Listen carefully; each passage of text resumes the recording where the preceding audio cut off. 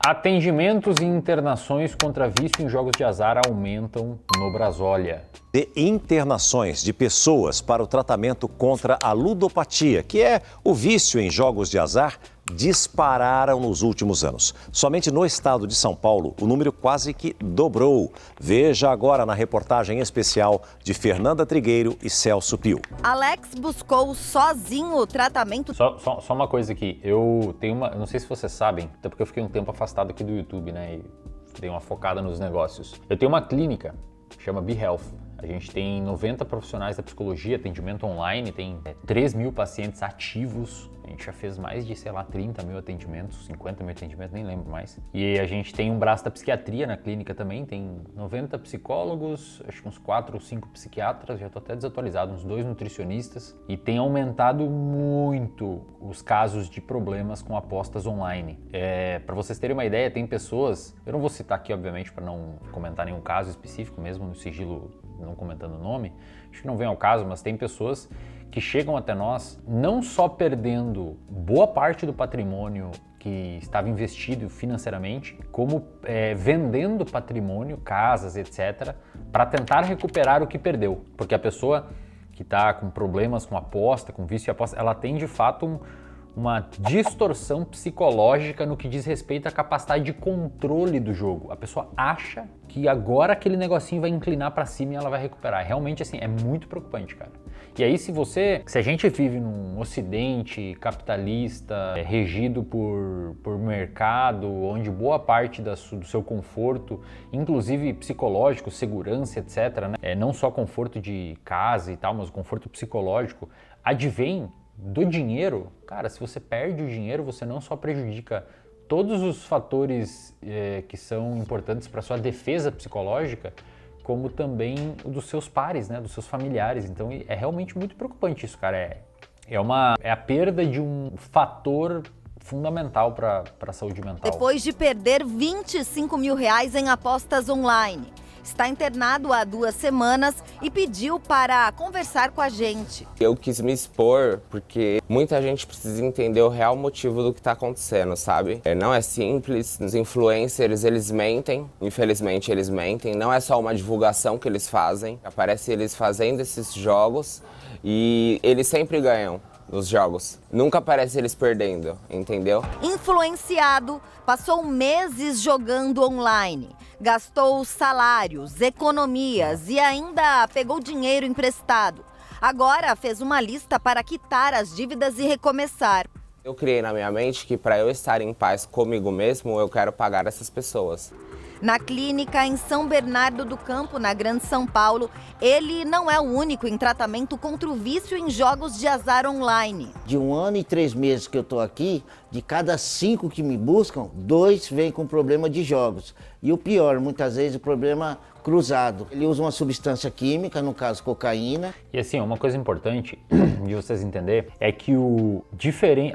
Você pode estar falando, né? Mas sempre teve jogos de azar, né? Talvez, e de fato, talvez desde de Roma tinha jogos de azar. Um exemplo aqui no Brasil, mais recentemente, historicamente falando, é o jogo do bicho, né? A questão é que esses jogos, tipo cassino online, eles quebraram umas objeções que, de certa forma, eram protetoras para o sujeito não perder tudo de uma só vez, ou se viciar muito fortemente, que é estar na palma da sua mão. Isso parece trivial, mas não é. A pessoa, ela tá no aplicativo do banco, ela pede um empréstimo no banco digital, aí cai o empréstimo, ela troca de aplicativo, ela já consegue apostar aquilo.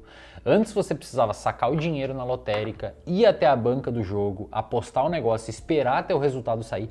Agora tá na tua mão, você faz isso de casa. No momento que você está bêbado, no momento que você usou droga. E pior, o aplicativo, ele não só tem uma série de estímulos sensoriais como cores, sonzinhos e etc, como também, obviamente, deve ter um algoritmo por trás sabendo qual momento da semana você tem mais propensão a jogar baseado no teu histórico de jogo. Sabe qual aplicativo que provavelmente tem isso? Salvo engano, inclusive li uma reportagem mostrando que tem. O iFood. Eu comumente comia poke toda quarta-feira à noite, uma comida havaiana. Até hoje, quarta-feira à noite, eles me mandam uma mensagem falando que eu tenho um cupomzinho pro poke. Porque eles sabem que a probabilidade de eu pedir poke naquele dia, naquele horário é maior por conta do meu histórico de pedir poke naquele dia, naquele horário. Imagina com a aposta, você tá querendo se livrar e você recebe um e-mail te dando R$100 de crédito, seria o equivalente a você pegar um usuário de cocaína e dar uma carreira para ele, R$100 de crédito para você apostar. É óbvio que aqueles R$100 não existem. Você não pode sacar aqueles R$100, você tem que apostar eles e aí, obviamente, com o tempo você vai perder, porque você está apostando num negócio que é diferente de jogo de aposta de futebol, por exemplo. O jogo em apostas esportivas, pelo menos existe o jogo, você pode ver o jogo acontecendo. É verdade que pode ter manipulação e etc, eu já não sei, não entro muito nesse aspecto. Mas pelo menos o desfecho tá ali, você pode auditar o desfecho. Cassino, cara, tá na tua mão uma imagem rolando, não tem sentido nenhum, enfim. Ou álcool e está associado ao jogo. Então ele bebe. Isso é verdade, tá? De fato, a pessoa que ela já é viciada em algum tipo de substância, ela tem uma propensão maior a se viciar em outra coisa, como por exemplo os jogos. O cérebro dela tem circuitos específicos mais vulneráveis. Ele usa, joga, então ele fica ali. A sensação de quem usa cocaína de uma maneira psíquica é a mesma sensação. E um ponto importante, tá? Não é porque o desfecho existe na vida real em apostas esportivas que é menos perigoso. Não é, porque o mecanismo por trás daquilo é o mesmo. É o mesmo no jogo do bicho, é o mesmo no jogo da corrida de cavalo, é o mesmo, sei lá, na rinha de galo e é o mesmo no cassino online. A questão é que, acho que desse espectro, o cassino online é o pior, porque realmente não tem sentido você olhar para aquilo e achar que vai ganhar, cara. Não tem sentido. Me impressiona os influencers fazerem propaganda para isso, cara. É impressionante, cara, como é que um cara consegue vir a público e divulgar isso, sabe? É assustador.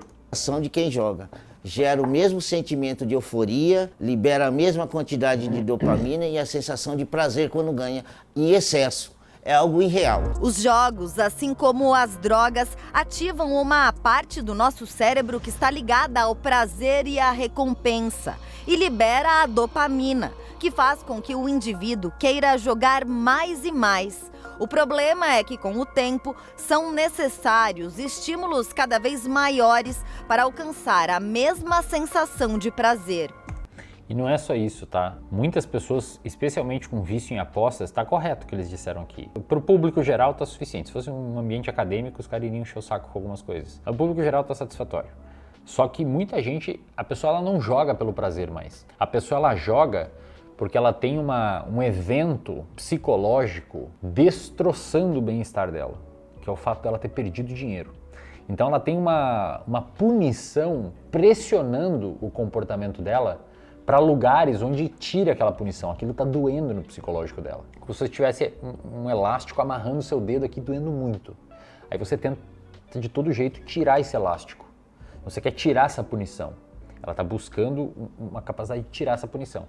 E aí ela vai apostando, vai apostando, vai apostando. Só que infelizmente a punição vai aumentando. E em algum momento pode se tornar insustentável. E aí você sabe qual que é o desfecho disso. Parecia uma brincadeira, passa a ser uma doença reconhecida pela Organização Mundial da Saúde.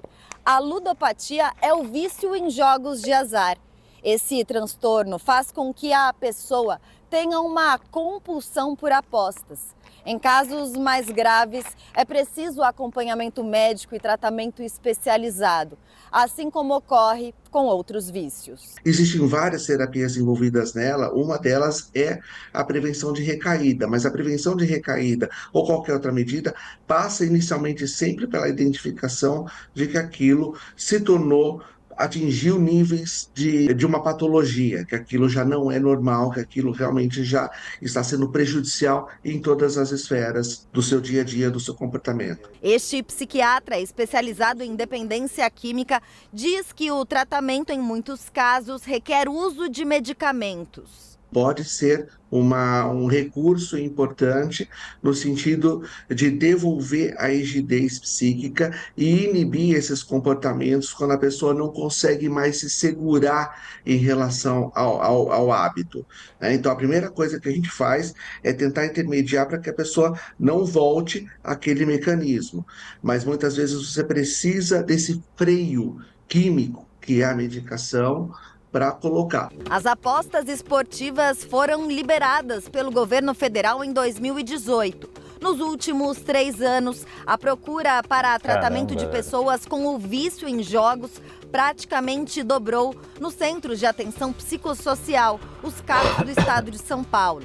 No primeiro semestre de 2022, foram 191 atendimentos ambulatoriais e 3 pacientes internados. No ano seguinte, 344 e 4 internados. Já este ano, o número saltou para 367 atendimentos e 5 internações. Eu ganhava, perdia, dava mais dinheiro, ganhava, perdia e era um ciclo autodestrutivo. Eu fui me autoanalisar quando eu perdi minha moto, quando eu perdi a confiança da maioria das pessoas que estavam ao meu redor, que gostavam de mim, né? Internado há 3 meses, Guilherme, que tem 29 anos, sabe que quando sair...